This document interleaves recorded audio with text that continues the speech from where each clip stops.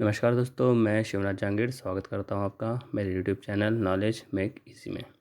दोस्तों, आज का जो मेरा टॉपिक है, जो हम टॉपिक डिस्कस करेंगे इंजीनियरिंग मैकेनिक्स का second topic, rectilinear motion of particles in kinematics. दोस्तों, पहले देख लेते हैं इसका मीनिंग क्या है। तो दोस्तों, what is mean by rectilinear? Rectilinear मतलब क्या होगा? जो सिंगल एक लाइन में जा रहा है वो, ठीक है। आगे हम सर्कुलर मोशन भी देखने वाले हैं, इसलिए बता रहा हूँ। रेक्टेंगल, रेक्टेंगल, लीनियर, लीनियर मतलब एक लाइन में। तो रेक्टिलिनियर मतलब क्या होता है? एक सिंगल लाइन में जो भी मोशंस हो रहे हैं ऑफ पार्टिकल, उसके बारे में हम बात करेंगे कि कौन सी डायरेक्शन में, स्ट्रेट लाइन डायरेक्शन में। तो यहाँ पे जो हम डायरेक्शंस देखेंगे वो एक तो डाउनवर्ड डायरेक्शन की मोशन कंसिडर करेंगे या फिर अपवर्ड डायरेक्शन की मोशन कंसिडर करेंगे। तो मैं ये आपको डिटेल में बताऊंगा कि क्या कैसे रहेगा ये। नेक्स्ट, काइनेमेटिक्स क्या होता है? दोस्तों, इसमें दो चीज़ें होती है, काइनेमेटिक्स होता है और एक काइनेटिक्स होता है। काइनेमेटिक्स में हम जो फोर्सेस है या फिर मास ऑफ बॉडी है वो कंसिडर नहीं करते। ये रिमेंबर, याद रखना। यहाँ पे वेलोसिटी, एक्सीलरेशन, ये चीज़ें कंसिडर होगी। मीन्स हम रिलेशन वेलोसिटी, एक्सीलरेशन, डिस्टेंस, इन चीज़ के देखेंगे विदाउट कंसिडरिंग द फोर्स और मास ऑफ बॉडी। हम मास या फिर फोर्स इनको कंसिडर नहीं करेंगे। वो रहता है काइनेमेटिक्स। और काइनेटिक्स क्या रहता है? जिसमें वेलोसिटी, एक्सीलरेशन के साथ हम मास को भी कंसिडर करते हैं, वो रहता है काइनेमेटिक्स। तो नेक्स्ट दोस्तों, इसको स्टार्ट करते हैं हम। स्टार्ट पहले हम करेंगे मेनली डिस्टेंस से, कि रेक्टिलिनियर है तो डिस्टेंस का फंडा आएगा। इसमें क्या है तो देखते हैं डिस्प्लेसमेंट क्या होता है। ठीक है दोस्तों, यहाँ पर दो चीज़ें आएगी, डिस्टेंस एंड डिस्प्लेसमेंट। जैसे मैंने स्टार्टिंग में बताया, डिस्टेंस को भी हम देखेंगे। तो डिस्प्लेसमेंट क्या होता है वो देख लीजिए पहले। इसको हम डिनोट करेंगे सिंबल एस से। The shortest distance between initial and final position of particle. ठीक है, कोई भी पार्टिकल की शॉर्टेस्ट डिस्टेंस क्या रहेगा, मैं आपको आगे समझाऊंगा कैसे ये करना है। Shortest distance between initial and final position, उसको हम बोलेंगे displacement. And it is a vector quantity. दोस्तों याद रखो, मुझे इसमें डायरेक्शन कंसिडर करनी है, ठीक है ना। डायरेक्शन, वेक्टर मतलब क्या है? तीन टाइप की क्वांटिटीज़ होती है, scalar quantities, vector quantities and tensor quantities. तो वेक्टर क्वांटिटीज़ वो है जिसमें हम डायरेक्शन एंड उसकी मैग्नीट्यूड भी कंसिडर करते हैं। स्केलर वो है जिसमें हम सिर्फ डायरेक्शन कंसिडर करते हैं। और टेंजार क्वांटिटी वो आएगी जिसमें नंबर ऑफ़ डायरेक्शंस ज़्यादा होती है। तो टेंजार अभी आपको इसमें नहीं है, आपको सिर्फ स्केलर एंड वेक्टर है। नेक्स्ट देखते हैं हम डिस्टेंस क्या है। तो दोस्तों, डिस्टेंस हम डिनोट करेंगे डी से और एक्स से। ठीक है, the total path covered by the particle during the journey. Means total distance कितना कवर करने वाला है, वो टोटल पाथ कितना ट्रैवल कर रहा है, वो रहेगा उसका डिस्टेंस। आपको डायग्राम में बहुत अच्छे से समझ में आएगा, आगे देखिए।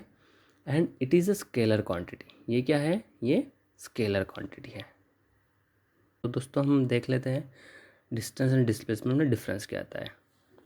तो दोस्तों, ये सर्कल है। सपोज एक पार्टिकल है, वो इस सर्कल के अराउंड पास होने वाला है।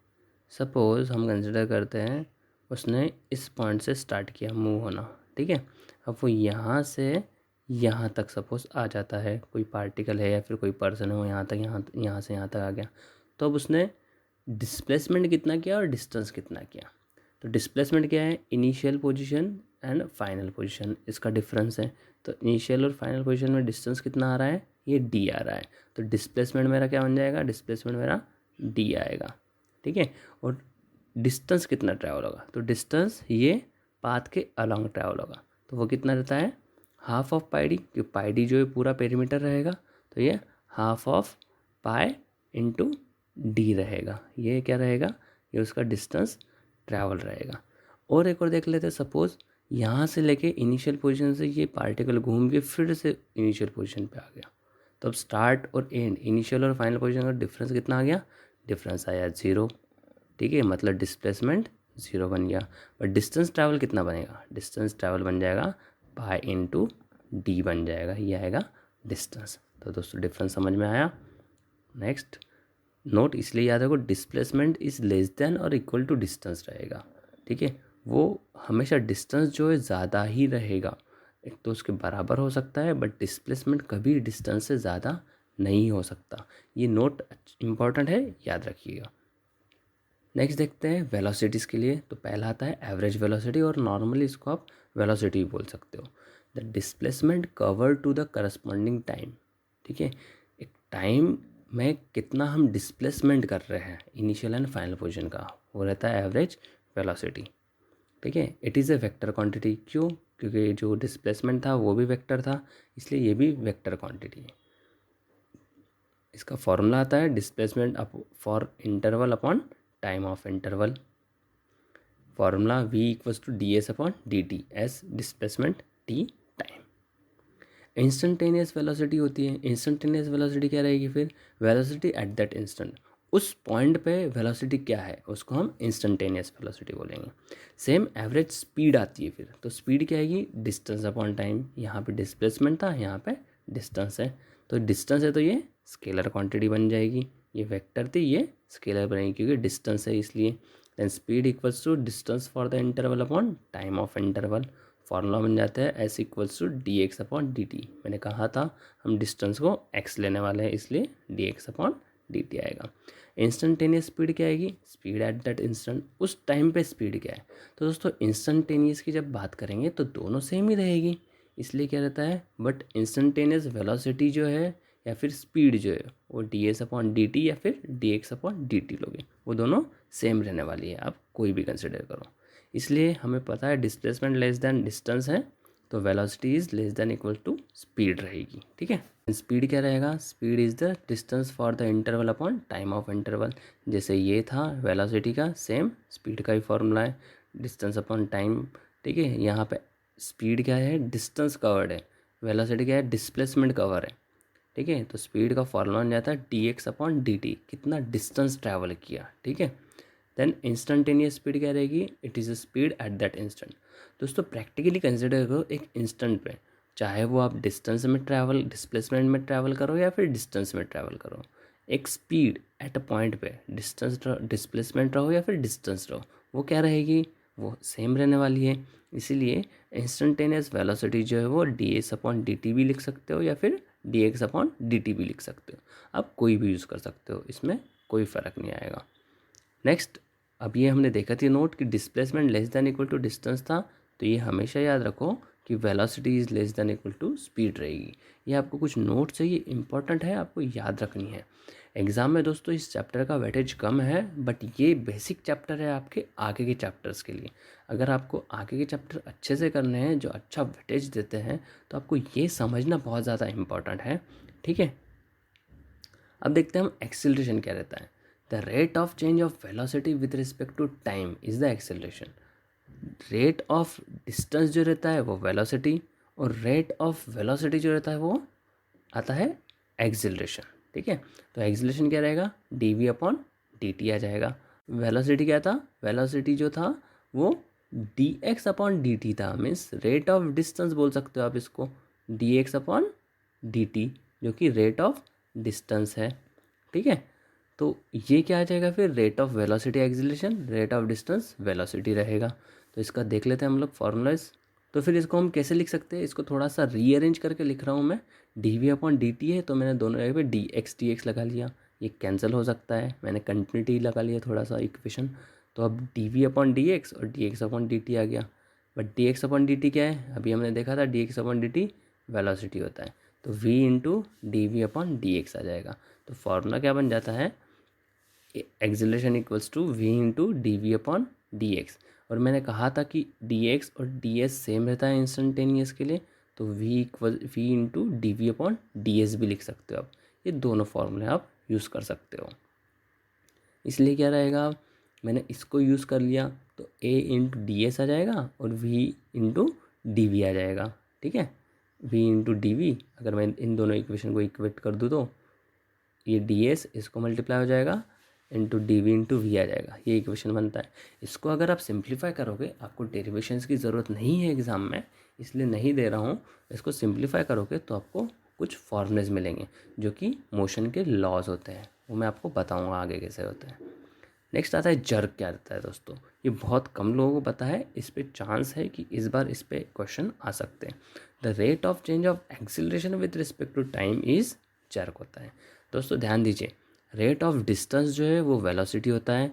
ठीक है, रेट ऑफ डिस्टेंस जो है वो वेलोसिटी रहता है, रेट ऑफ वेलोसिटी जो है वो एक्सेलरेशन रहता है, और रेट ऑफ एक्सीलरेशन जो है वो जर्क रहता है, ठीक है। तो जर्क इक्वल्स टू dA/dt रहेगा। तो ये सारे आपको इंटरेक्शंस अच्छे से याद रखना है। मैं चैप्टर बहुत आराम से और अच्छे से पढ़ाऊँगा, क्योंकि इसी के बेसिस पे आपके आगे के जो चैप्टर्स है वो डिपेंड रहेंगे। ये बेसिक है, डायनामिक्स का पार्ट शुरू हो गया है, इसलिए इस पर ध्यान दीजिए अच्छे से।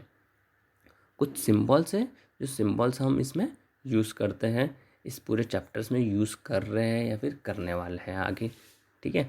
तो इसमें आता है इनिशियल वेलोसिटी के हम यू डिनोट करेंगे, फाइनल वेलोसिटी के लिए मैं वी डिनोट करूँगा। अब दोस्तों अलग भी सिम्बॉल्स यूज़ कर सकते हो, बट बेसिक ये सिम्बॉल्स हैं मैं जो यूज़ करने वाला हूँ इस चैप्टर के लिए। नेक्स्ट देखते हैं एक्सिलरेशन। एक्सिलरेशन के यहाँ पे मीटर पर सेकंड स्क्वायर ए यूज़ करेंगे, और ग्रेविटेशनल एक्सिलरेशन रहेगा उसके लिए हम जी यूज़ करेंगे, दैट इज़ मीटर पर सेकंड स्क्वायर यूनिट रहेगा। नेक्स्ट डिस्टेंस के लिए मैं एम यूज़ करूँगा और सिंबल एस यूज़ करने वाला हूँ। अब दोस्तों पीछे का जो था वो हमने यूज़ किए थे, बट इस आगे के चैप्टर्स के लिए हम ये यूज़ करने वाले हैं सिम्बल्स। नेक्स्ट टाइम के लिए टी सेकंड्स में आएगा, ठीक है। आगे जो सिम्बल्स हैं मैं ये सिम्बल्स यूज़ करने वाला हूँ कि कितना डिस्टेंस कौन ट्रैवल कर रहा है, ठीक है। Type of motions and kinematic equations. अब मोशन के टाइप कौन से हैं, तो दोस्तों जो मोशन रहते हैं वो देखने वाले हैं हम लोग, ठीक है। तो पहला है यूनिफॉर्म मोशन क्या है, ठीक है दोस्तों। कंडीशंस बहुत ज़्यादा इंपॉर्टेंट है कि एग्ज़ाम में वो आपको डायरेक्टली यूनिफॉर्म मोशन बोलता है, बाकी चीज़ें नहीं दी रहती। जब भी यूनिफॉर्म मोशन बोलेगा, मोशन यूनिफॉर्म जाना है, इसका मतलब क्या है, वेलोसिटी कांस्टेंट है। वेलोसिटी अगर कांस्टेंट है तो एक्सीलरेशन ज़ीरो हो जाएगा। क्यों? क्योंकि इसका डेरिवेटिव ये आता है, ठीक है ना। रेट मतलब क्या है, इनडायरेक्टली डेरिवेटिव है। एक्सीलरेशन क्या है, वेलोसिटी का डेरिवेटिव है, और अगर कांस्टेंट का डेरिवेटिव लोगे तो वो क्या रहता है, ज़ीरो आता है। इसलिए ये क्या आ जाएगा, ज़ीरो आएगा वेलोसिटी अगर कांस्टेंट है तो यूनिफॉर्म मोशन के लिए। Then S equals to V suffix X into T रहेगा, ठीक है। मुझे पता है velocity equals to distance upon time रहता है, ठीक है। इस इक्वेशंस को यूज़ करेंगे। Then uniformly accelerated motion, exam में वो क्वेश्चन देता है कि यूनिफॉर्म मोशन है तो आपको बाकी चीज़ें कैलकुलेट करनी है, तो आप डायरेक्टली ये यूज़ कर सकते हो, D S T distance equal to speed into time. Uniformly accelerated motion, अब एक्सेलरेशन जो है वो यूनिफॉर्म है, ठीक है। देन एक्सेलरेशन इज यूनिफॉर्म रहेगा तो जर्क इक्वल टू ज़ीरो रहेगा। ये आपको कंडीशंस याद रखनी है, एग्जाम में बहुत बार पूछता है ऐसे कंडीशंस, ठीक है। तो यहाँ पे क्या है, ये क्यों ज़ीरो हुआ, कि रेट ऑफ एक्सीलरेशन या फिर डेरिवेटिव ऑफ एक्सीलरेशन जर्क रहता है, तो डेरिवेटिव रहेगा तो डेरिवेटिव क्या आ जाएगा, कांस्टेंट का ज़ीरो आता है, इसलिए यहाँ पे जर्क ज़ीरो रहेगा। तो यहाँ पे जो इक्वेशंस बनते हैं, ये इक्वेशंस बहुत ज़्यादा इंपॉर्टेंट है तीनों, इस पर श्योर एक क्वेश्चन बहुत बार बनता है। v equals to U plus A T, S equal to U T plus half of A T square, V square equal to U square plus twice A S. Symbols की meaning आपको मैंने starting में बता दी है, ठीक है। ये तीन इक्वेशंस हैं जो बहुत ज़्यादा इंपॉर्टेंट बनते हैं। Motion under the gravity. अब दोस्तों जब मोशन अंडर द ग्रेविटी लेंगे हम लोग, तो यहाँ पे तो ये rectilinear straight line horizontal motions चल रहे थे। जब हम वर्टिकल मोशन कंसिडर करेंगे तो कुछ एजम्पशंस हैं। क्या एजम्पशन है, अगर आप डाउनवर्ड आ रहे हो तो आपको जो भी मोशंस की डायरेक्शंस रहेगी वो नेगेटिव लेनी पड़ेगी, अगर आप अपवर्ड जा रहे हो तो आपको वो पॉजिटिव्स लेनी पड़ेगी। इस हिसाब से ये सारे के सारे इक्वेशंस क्या होते हैं, चेंज हो जाएंगे। तो एजम्पशन क्या है, अपवर्ड मोशन जो है वो पॉजिटिव क्वांटिटीज़, डाउनवर्ड मोशन जो है वो निगेटिव क्वांटिटीज़ रहेगी। तो v equals to U minus G T, same यही फॉर्मूला है, सिर्फ यहाँ पे नेगेटिव यूज़ किया है। क्यों? कि जब भी मोशन अंडर द ग्रेविटी ले रहे हो तो मैं कंसिडर कर रहा हूँ ऊपर से कोई ऑब्जेक्ट नीचे की तरफ फॉल हो रहा है, तो नीचे आएगा तो g क्या आ जाएगा, a की वैल्यू नेगेटिव आएगी, तो ये माइनस ले लिया। Then s equal to U T plus half of A T square, again ये माइनस ले लिया हमने। V square equals to U square plus U square minus twice A S, क्यों, प्लस रहता है, but again downward motion consider कर रहे हैं तो ये माइनस ले लिया है। इस हिसाब से ये फॉर्मूलेस थोड़े से चेंज हो जाते हैं। आपको एग्जाम में ध्यान देना है इन पे चेंजेस पे, क्योंकि एग्जाम में क्वेश्चंस पूछ सकते हैं। Next distance travel in nth second, nth second बाद, ठीक है, या फिर nth सेकंड में डिस्टेंस कितना ट्रैवल होगा nth सेकंड में। मीन्स अभी से मैंने स्टार्ट किया और अभी से 10 सेकंड बाद 10वें सेकंड में, ठीक है, तो कितना डिस्टेंस ट्रैवल होगा इन nth second. For uniformly accelerated motion के लिए, मीन्स इसकी अगर हम बात करें तो एस एन कितना रहेगा, u plus a upon two n minus one रहेगा। For motion under the gravity, gravity में क्या रहेगा, यहाँ पे सिर्फ g आएगा और ये माइनस हो जाएगा। ये आपको याद रखना है, बहुत बार एग्जाम में पूछ सकते हैं कि nth जो सेकंड में है कितना डिस्टेंस ट्रैवल कर रहे हैं। नेक्स्ट देखते हैं दोस्तों मोशन अंडर द ग्रेविटी में। मोशन अंडर द ग्रेविटी में हम पहले इक्वेशन देखते हैं, क्या इक्वेशन बनते हैं। ये इक्वेशन बहुत ज़्यादा इंपॉर्टेंट है, एग्जाम में इन पे क्वेश्चन रहते हैं और आए हुए भी है। If the particle is drop from height h, ये एक पार्टिकल है, ये मैंने एक h हाइट से इसको ड्रॉप किया है, यहाँ से यहाँ तक ये हाइट मैं h ले रहा हूँ, ये हाइट मैंने h कंसिडर की, तो ये यहाँ से यहाँ पे ड्रॉप हो रहा है, नीचे गिरेगा यहाँ तक। तो दोस्तों यहाँ पे मैं कंसिडर करूँगा तो यहाँ पे इनिशियल वेलोसिटी बन जाएगी। इनिशियल वेलोसिटी क्या आएगी इसकी, इनिशियल वेलोसिटी 0 बनेगी। एंड फाइनल वेलोसिटी क्या रहेगी, फाइनल वेलोसिटी v आएगी, जो कि मैक्सिमम रहेगी जब यहाँ पे ड्रॉप होगा, इम्पैक्ट होगा जब उसका ग्राउंड पे। ठीक है, तो हम देखते हैं क्या है, initial velocity is 0 and final velocity is maximum रहेगी। फाइनल वेलोसिटी मैक्सिमम रहने वाली है। Using V square equal to U square plus twice A S, ये इक्वेशन अगर मैं यूज़ करूँ, यू की वैल्यू 0 रखूँ तो मुझे क्या मिल जाएगा, velocity at the ground v equal to under root of 2g/h मिलेगी, जो कि मैक्सिमम रहती है। यह वेलोसिटी याद रखो, मैक्सिमम रहेगी। कभी कभी क्वेश्चन ऐसा भी रहता है कि एक पार्टिकल ड्रॉप किया तो उसकी मैक्सिमम वेलोसिटी क्या रहेगी, तो मैक्सिमम वेलोसिटी वो जब ड्रॉप हो जाएगा तो वो मैक्सिमम वेलोसिटी रहने वाली है। डिस्टेंस कितना ट्रैवल करेगा, ये हाइट का डिस्टेंस ट्रैवल करेगा। नेक्स्ट आएगा इसमें, अगर मैं ये इक्वेशन यूज़ करूँ तो मुझे क्या मिल जाएगा, time to reach the ground t equal to under root of 2g upon t equal to under root of 2h upon g। Means यहाँ से लेके यहाँ तक इसको आने में कितना टाइम लगेगा वो मुझे इससे मिलने वाला है। तो ये दोनों इक्वेशन इंपॉर्टेंट है, इनको अच्छे से याद रखिए। नेक्स्ट देखते हैं हम लोग, ये नोट याद रखिए दोस्तों, at the same point velocity in the upward and downward direction, दोनों डायरेक्शन में journey is same, velocity same होती है चाहे आप ऊपर से नीचे आओ या फिर नीचे से ऊपर जाओ। इन मैग्नीट्यूड, सेम मैग्नीट्यूड में रहती है, but opposite in direction, means उनकी साइन अपोजिट रहेगी। सपोज आप नीचे से कोई चीज़ ऊपर फेंकोगे और एक पॉइंट पे हम अगर कंसिडर करेंगे, सपोज मैं ये पॉइंट कंसिडर करता हूँ एक, जब मैं नीचे से ऊपर कोई चीज़ फेंकूँगा तो यहाँ पे वेलोसिटी जो रहेगी वही जब मैं ऊपर से नीचे भी ड्रॉप करूँगा तो वही वेलोसिटी वो ही रहने वाली है, सेम रहने वाली है। तो ये जो वेलोसिटी जो सेम रहेगी बट साइन अपोजिट्स रहेंगे। ठीक है, when a particle is projected from ground with the velocity v, जब यहाँ से कोई प्रोजेक्ट की मैंने ऊपर और वेलोसिटी v है, ठीक है, जब मैं ग्राउंड से कोई चीज़ प्रोजेक्ट कर रहा हूँ विथ वेलोसिटी v, तो इस मैक्सिमम कितनी हाइट तक जाएगा, ये मैक्सिमम कैसे जाएगा, सपोज मैंने यहाँ से फेंकी तो यहाँ तक गया, यहाँ तक कब जाएगा, जब यहाँ पे इसकी वेलोसिटी 0 हो जाएगी। जैसे ही वेलोसिटी इसकी 0 हुई ये नीचे आना शुरू हो जाएगा, तो ये इसकी मैक्सिमम हाइट आएगी, जो कि मैं h ले लेता हूँ। ये मैक्सिमम हाइट आने वाली है उसकी, कोई पार्टिकल की। तो वो कैसे कैलकुलेट करेंगे, उसका फॉर्मूला है the maximum height reach equal to h equal to V square upon 2g रहेगी। तो आपको ये याद रखना है दोस्तों, एग्जाम में इस पे क्वेश्चन आए हुए हैं। ठीक है, therefore h is directly proportional to V square. h directly proportional क्या है, वी स्क्वायर के है, स्क्वायर ऑफ द वेलोसिटी, क्योंकि 2 कांस्टेंट है और g ग्रेविटेशन एक्सेलरेशन वो भी कांस्टेंट है, इसलिए h is directly proportional to V square रहेगा। नेक्स्ट कुछ मोशन डायग्राम्स है, ये मोशन डायग्राम देख लीजिए, एग्ज़ाम में अभी तक आई नहीं है बट आने के चांसेस है कि मोशन डायग्राम बहुत ज़्यादा इम्पोर्टेंट बनती है। तो पहली जो डायग्राम है वो है वेलोसिटी टाइम डायग्राम, देख लेते हैं। ठीक है, तो वेलोसिटी टाइम डायग्राम क्या है, ये एक ग्राफ है जो आपको ड्रॉ करना है।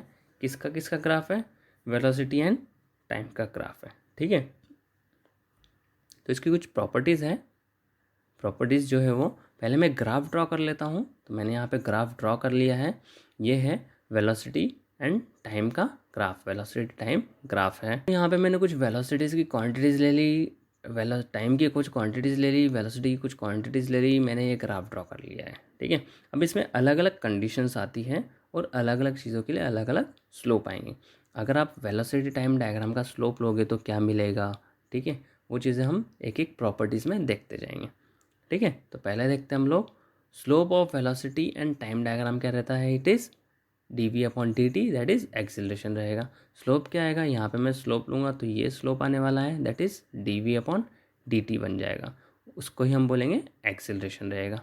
नेक्स्ट प्रॉपर्टी क्या है, area under the velocity time diagram, वो क्या रहता है, चेंज इन द पोजिशन। अब इसके अंदर का एरिया अगर मैं देखूँ तो यहाँ से यहाँ तक की चेंज इन पोजिशन देगा। सपोज़ मैंने ये एरिया देख लिया 30 से लेके 60 तक का, तो ये क्या दे रहा है, इसकी 30 से लेके 60 सेकंड तक इसका डिस्टेंस कितना ट्रैवल हो रहा है, जो कि 15 से लेके तो 30 तक उसका डिस्टेंस ट्रैवल होगा, मतलब चेंज इन पोजीशन देगा कि कितनी पोजीशन उसकी चेंज हुई है। नेक्स्ट देखते हैं, for the velocity to be maximum, velocity अगर मुझे मैक्सिमम चाहिए कि सबसे ज़्यादा वेलोसिटी देखनी है मुझे, क्या है, dv अपॉन dt that is equal to a, वो ज़ीरो होना चाहिए। स्लोप जो है वो मेरा क्या रहना चाहिए, ज़ीरो होना चाहिए। तो स्लोप ज़ीरो कब रहेगा दोस्तों, स्लोप ज़ीरो रहेगा जब ये हॉरिजॉन्टल रहने वाली है। मीन्स अगर मैं यूनिफॉर्म मोशन कंसिडर करूँ तो यूनिफॉर्म मोशन में ये स्लोप क्या आ जाएगा, ज़ीरो आ जाएगा। मीन्स यूनिफॉर्म मोशन आएगा ये। ठीक है, यूनिफॉर्म मोशन में रहेगी, मैं पूरा लिख नहीं रहा हूँ, आप समझ लीजिए। यूनिफॉर्म मोशन में वेलोसिटी कांस्टेंट हो जाती है, वेलोसिटी कांस्टेंट है तो उसका डेरिवेटिव ज़ीरो आएगा। तो यूनिफॉर्म मोशन में ये वेलोसिटी मैक्सिमम रहने वाली है। और क्या रहेगा, अगर सपोज इनिशियल वेलोसिटी ज़ीरो है, ठीक है, और एक्सीलरेशन कंटिन्यूसली इंक्रीज हो रहा है, ए इंक्रीज हो रहा है, सेकंड कंडीशन बता रहा हूँ, ये फर्स्ट कंडीशन थी। ठीक है, फर्स्ट कंडीशन, कंडीशन नंबर 2 बता रहा हूँ अब मैं आपको क्या क्या रहेगी, ये कंडीशन देख लीजिए एक बार।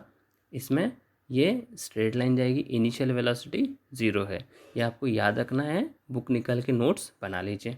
ठीक है, तो यहाँ से वेलोसिटी इनिशियल ज़ीरो है और एक्सीलरेशन इंक्रीज़ हो रहा है कंटिन्यूसली, तो ये क्या रहेगी, ये ग्राफ पूरा ऊपर की तरफ जाएगा और वो भी स्ट्रेट लाइन जाएगा। ठीक है, वो स्ट्रेट लाइन रहेगा, याद रखना। नेक्स्ट कंसिडर करता हूँ, अगर इनिशियल वेलोसिटी ज़ीरो नहीं है और एक्सीलरेशन इंक्रीज हो रहा है, सपोज इनिशियल वेलोसिटी 10 मीटर पर सेकंड, ये ग्राफ क्या रहेगा, अगर 10 वेलोसिटी है तो ग्राफ ये स्ट्रेट लाइन पास होगा ऐसे यहाँ से, इनिशियल वेलोसिटी ज़ीरो नहीं है। ये आ गई मेरी थर्ड कंडीशन।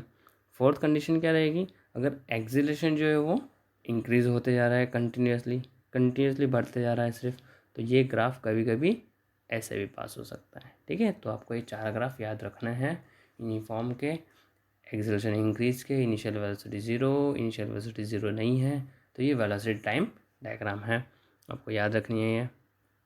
नेक्स्ट देखते हैं, एक्सीलरेशन एंड टाइम डायग्राम क्या रहेगी, are changing acceleration with respect to time. इसमें क्या रहेगा, एक्सीलरेशन चेंज होगा विथ रिस्पेक्ट टू टाइम के हिसाब से, टाइम के हिसाब से एक्सीलरेशन बदलते जा रहा है। प्रॉपर्टीज़ क्या है इसमें, slope of acceleration time diagram equal to jerk रहेगा। स्लोप लेना है इसका मतलब याद रखो हमेशा आपको डेरिवेटिव लेना है, तो डेरिवेटिव ऑफ एक्सीलरेशन क्या रहता है, जर्क, ये हमने देख लिया था। Area under the eighty diagram is change in velocity, जैसे एरिया इसका क्या बता रहा था, चेंज इन डिस्टेंस, तो ये चेंज इन वेलोसिटी बताएगा आपको।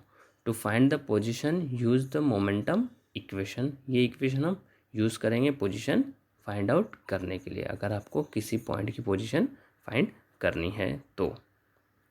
जैसे एरिया अंडर वीटी डायग्राम आपको चेंज इन पोजीशन दे रहा था, ये चेंज इन वेलोसिटीज़ देगा आपको।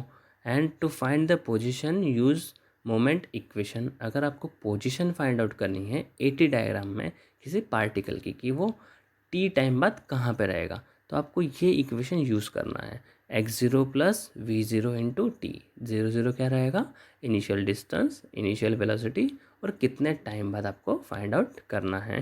तो ये आप इक्वेशन यूज़ करके किसी भी पॉइंट का, किसी भी पार्टिकल की पोजीशन फाइंड आउट कर सकते हो। ठीक है, और भी कुछ प्रॉपर्टीज़ है वो मैं आपको ओरली बता देता हूँ। अगर जैसे line parallel to time axis रहेगी, ठीक है, एक्सीलरेशन टाइम डायग्राम देखते हैं, सपोज ये एक्सीलरेशन टाइम ग्राफ है। ठीक है, अब यहाँ पे क्या है, मैंने कंसिडर किया कि line parallel to time axis है, अगर लाइन ऐसी पैरेलल चल रही है, जो एक्सिस है वो ऐसा पैरेलल चल रहा है, इसका मतलब क्या है कि एक्सीलरेशन कांस्टेंट है, एक्सीलरेशन चेंज नहीं हो रहा। एक्सीलरेशन कांस्टेंट रहेगा तो जर्क 0 आ जाएगा, ठीक है। अब सेकंड कंसिडर करते हैं line parallel to Y axis या फिर एक्सीलरेशन। लाइन ऐसी पैरेलल अगर रही तो क्या होगा दोस्तों, ये पॉसिबल ही नहीं है केस, ठीक है। ये वाली केस पॉसिबल ही नहीं है। क्यों पॉसिबल नहीं है?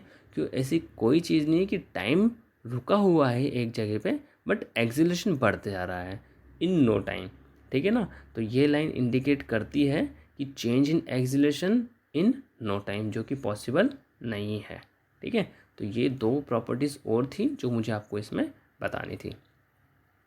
नेक्स्ट देखते हैं दोस्तों X T diagram, that is time and distance diagram जो है वो देखते हैं। उसका ग्राफ देख लेते हैं क्या रहेगा टाइम एंड डिस्टेंस का। तो प्रॉपर्टीज है इसकी भी, ग्राफ देख लेते हैं हम लोग। ये है डिस्टेंस एंड टाइम का ग्राफ। ये मिनट लो या सेकंड लो कोई फ़र्क नहीं पड़ता, जो इक्वेशन रहेंगे उस हिसाब से आपको देखना है, ठीक है। तो अब यहाँ पे भी हम देख लेते हैं प्रॉपर्टीज़ क्या है। तो slope of X T diagram velocity रहेगा। दोस्तों ये हमेशा माइंड में याद रखो, जब भी स्लोप बोल रहा है तो आप डेरिवेटिव ले लो विथ रिस्पेक्ट टू टी, ठीक है। तो इसका एक्स का derivative with respect to T लिया, दैट इज़ वेलोसिटी मिल जाएगी मुझे। Distance to be maximum, distance maximum कब रहेगा? जब उसकी डेरिवेटिव क्या रहेगा? डेरिवेटिव उसका 0 रहेगा। ये हमने मैथ्स में पढ़ा हुआ है कि मैक्सिमा एंड मिनिमम का कंडीशन क्या रहती है। मैक्सिमा मिनिमम की कंडीशन क्या रहती है? उसका डेरिवेटिव 0 बना दो, वो मैक्सिमम मिनिमा की कंडीशन रहेगी। तो डेरिवेटिव 0 है, इसका मतलब क्या है? उसका स्लोप 0 है। तो इसका स्लोप कब 0 आएगा?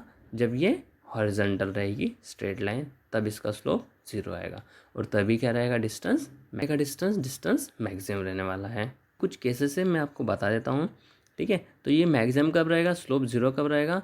जब ये हॉरिजॉन्टल स्ट्रेट लाइन में, तभी डिस्टेंस ज़्यादा ट्रैवल करने वाला है एट रेस्ट कंडीशन में। इसमें दो कंडीशन आएगी, एट रेस्ट और इन मोशन।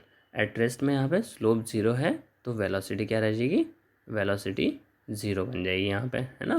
वेलोसिटी 0 को तभी आएगी ना जब वो रुका हुआ रहेगा एक जगह पे, एट रेस्ट कंडीशन में रहेगा, ठीक है। तो याद रखो वेलोसिटी 0 एट रेस्ट कंडीशन है ये। सेकंड, जब मूविंग कंडीशन है तो ये जो ग्राफ बन रहा है ये यूनिफॉर्म स्पीड के लिए बन रहा है कि स्पीड कंटिन्यूसली यूनिफॉर्मली इंक्रीज होते जा रहा है, तो ये इसके लिए स्ट्रेट लाइन बनती है। अगर मैंने कहा कि वेलोसिटी कंटिन्यूसली इंक्रीज़ हो रही है, तो इंक्रीज़ अगर होती जाएगी वेलोसिटी तो उसका ग्राफ कुछ इस तरीके से बन जाएगा, ठीक है। अगर वेलोसिटी डिक्रीज़ हो रही है, ऐसी बात हुई, तो उसका ग्राफ कुछ ऐसे बन जाएगा। जिस ग्राफ में आपको डिटेल में एक्सप्लेन कर रहा हूँ कि आपको कंडीशन सारे समझ में आ जाए। नेक्स्ट देखते हैं वेलोसिटी एंड डिस्टेंस डायग्राम, ठीक है। अब ये क्या रहेगी इसकी प्रॉपर्टीज़, और ये समझ लीजिए इनके ग्राफ नहीं है। तो प्रॉपर्टी क्या रहेगी इसकी? Acceleration equals to velocity into slope of velocity X diagram. ये कैसे रहेगा दोस्तों? हमने acceleration A V D we upon D X रहेगा, ये फॉर्मूला हमने देखा था। D we upon D X इसका स्लोप आने वाला है। याद रखो दोस्तों वी एक्स यही इसका डेरिवेटिव रहता है जो गिवन रहता है उस हिसाब से। नेक्स्ट ए एक्स डायग्राम देखते हैं क्या होता है। तो ए एक्स डायग्राम में क्या रहेगा? एरिया अंडर ए एक्स डायग्राम क्या रहेगा? 2² माइनस वी 1² अपॉन 2। जैसे जो भी डायग्राम्स थी वो उसकी पोजीशन बता रही थी, तो ये बताती है। इसको दोस्तों इन पॉइंट्स को जस्ट आपको याद रखना है। इसलिए क्या है, नोट याद रखो, when v² is directly proportional to s, acceleration of particle is uniform. Velocity का स्क्वायर अगर डिस्टेंस से डायरेक्टली प्रोपोर्शनल रहेगा तो उसका मतलब क्या है? जो पार्टिकल जो है वो एक्सीलरेशन जो है वो यूनिफॉर्म एक्सीलरेशन में है, ठीक है। तो नेक्स्ट अब दोस्तों हम न्यूटन्स के कुछ लॉ देख लेते हैं। ये लॉज बहुत ज़्यादा इंपॉर्टेंट है दोस्तों, एग्जाम्स में इस पर पूछे गए हुए हैं। देन फर्स्ट लॉ क्या है? न्यूटन का फर्स्ट लॉ क्या है? An object either remains at rest और continue to move at rest constant velocity unless acted upon by force. मतलब क्या है? अगर कोई ऑब्जेक्ट कहीं पे पड़ा हुआ है, जब तक मैं उसको कोई फोर्स ना लगाऊं तब तक वो वहाँ से मूव नहीं होगा। ये फर्स्ट लॉ बोल रहा है, ठीक है। सेकंड लॉ क्या है? The rate of change of momentum is proportional to the applied force and change of momentum occurs in the direction of force. Means rate of change of momentum क्या रहेगा? वो फोर्स के directly proportional है। Means मैं कोई चीज़ को मास velocity से apply करूँ तो वो मूव होगी। कौन से डायरेक्शन में? जिस डायरेक्शन में फोर्स लगेगा उस डायरेक्शन में वो मूव होगी। तो इसका लॉ क्या बनता है, rate of change of momentum equals to change of momentum upon time. Impact का जो चैप्टर है उसमें मैं मोमेंटम आपको डिटेल में समझाऊंगा। देन मोमेंटम क्या रहता है, मास इंटू वेलोसिटी, तो initial mass into velocity minus final mass into velocity, ये change in momentum upon time रहेगा। तो इसी से मेरा जो इक्वेशन बनता है वो इक्वेशन क्या आता है, F equal to M A. तो याद रखिए Newton second law F equal to M A, और इसका स्टेटमेंट भी याद रखना है आपको, मोमेंटम वाला सेकंड लॉ है।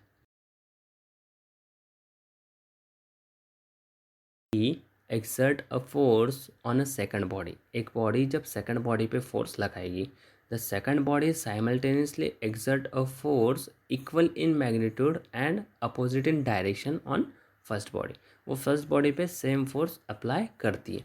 ये स्टेटमेंट है। जो आपने सुना हुआ है वो मैं बताता हूँ कि every body have equal and opposite reaction, ठीक है। तो ये आपको पता है थर्ड लॉ, तो ये थर्ड लॉ है। जैसे आप जितना उस पर फोर्स लगाओगे उतना ही फोर्स वो बॉडी आपको रिटर्न में देगी, ठीक है।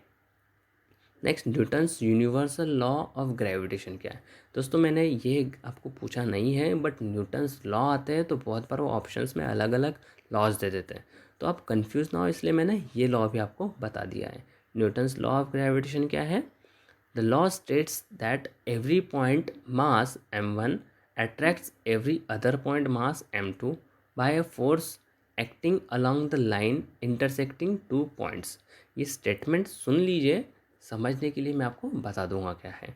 ये क्या बताता है, अगर दो पॉइंट्स है या फिर दो ऑब्जेक्ट्स हैं m1 और m2 मास के, वो एक दूसरे को अट्रैक्ट करते हैं, मीन्स खींचते हैं एक दूसरे को एक फोर्स से।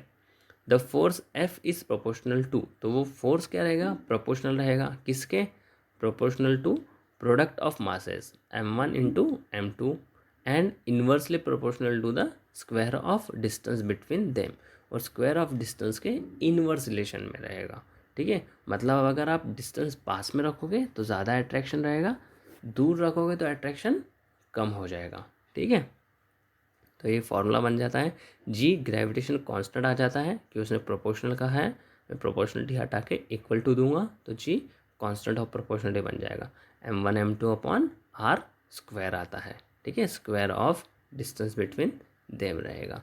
तो ये आपका न्यूटन्स लॉ ऑफ ग्रेविटेशन है। दोस्तों अगर आपको वीडियो पसंद आ रहे हैं तो लाइक कीजिए, दोस्तों के साथ शेयर कीजिए, और मुझे कमेंट बॉक्स में इस पर कमेंट कीजिए।